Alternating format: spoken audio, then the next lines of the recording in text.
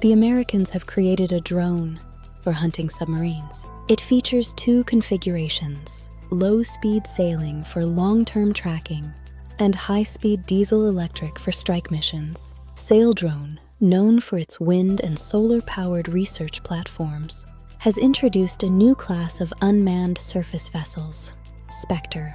The system is designed specifically for anti-submarine warfare.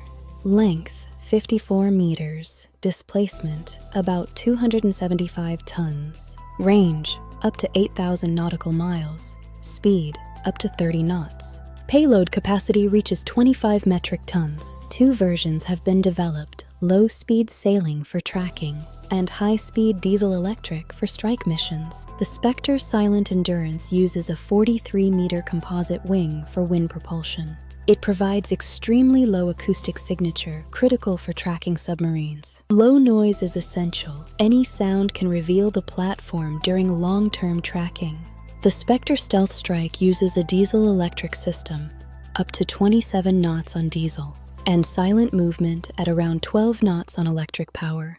Both versions are designed to minimize acoustic visibility, the key requirement in anti-submarine operations. Saildrone is partnering with Lockheed Martin to integrate onboard systems and autonomous control software. The vessels will be built at Fincantieri Marinette Marine shipyards in Wisconsin. Up to 5 units per year are planned. The program is self-funded and has undergone 2 years of design and testing.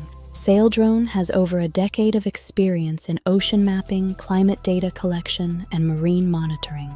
Founder Richard Jenkins states that Spectre is the result of 25 years of continuous development. Sea trials are expected to begin in early 2027. The estimated cost per vessel is approximately $40 million.